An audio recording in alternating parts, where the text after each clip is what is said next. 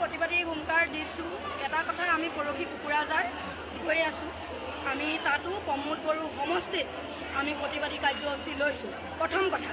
দ্বিতীয়তে হাগ্ৰামাৰ চৰকাৰৰ দিনত আমাক কি কৰিছিলে, বাজেটত হাগ্ৰামাই উঠাই 200 টকা এটা ৰান্ধনি দিছিলে, যিহেতু নেকি অসম চৰকাৰে তেওঁলোকক তেতিয়া 1000 টকা দি আছিলে আৰু বিটিআৰৰ পৰা 200 টকা এটা পালে।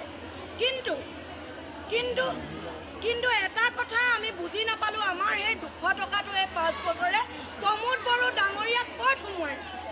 প্ৰমোদ বড়ো ডাঙৰীয়া 200 টকাটো ক'ত সোমোৱাই ৰাখিছে?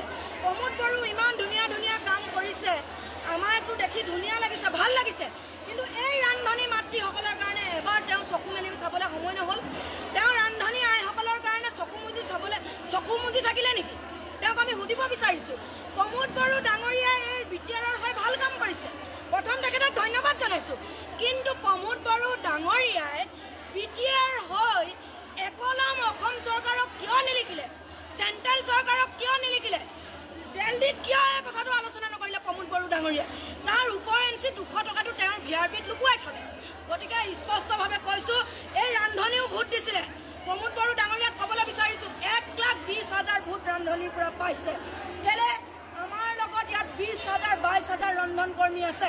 প্ৰতিগৰাকী ৰন্ধন কৰ্মীয়ে প্ৰমোদ বড়োক আমি ভাবিছিলোঁ যে প্ৰমোদ বড়ো জিকাই আহিলে আমাৰ ৰন্ধন কৰ্মীসকলৰ হৈ মাতিব, কিন্তু 5টা বছৰ উকলি গ'ল, লংকাত গৈ ৰাৱণ হৈ থাকিলে। আমিয়ে পাতিছিলোঁ তেওঁক, ৰাৱণ হৈ যোৱাৰ পিছত ৰান্ধনিসকলক চকু মেলি নাচালে। সেইকাৰণে এইবাৰ প্ৰমোদ বড়োৰ মাজত আৰু ৰান্ধনি সন্থাৰ যুঁজ।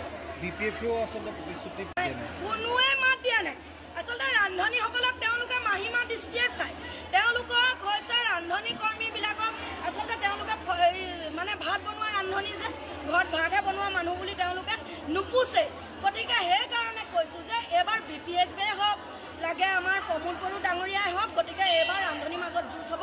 আৰু প্ৰথম কথা, ৰন্ধন কৰ্মীসকলক এটা কথা জনাই দিছোঁ, কোনোবা যদি আপোনালোকৰ ঘৰে দুৱাৰে ভোট বিচাৰি আহে, তেওঁলোকক যাতে আপোনালোকে খেদাই দিয়ে, আৰু যদি আহে তেওঁলোকে যাতে লিখিত প্ৰতিশ্ৰুতি দিয়ে।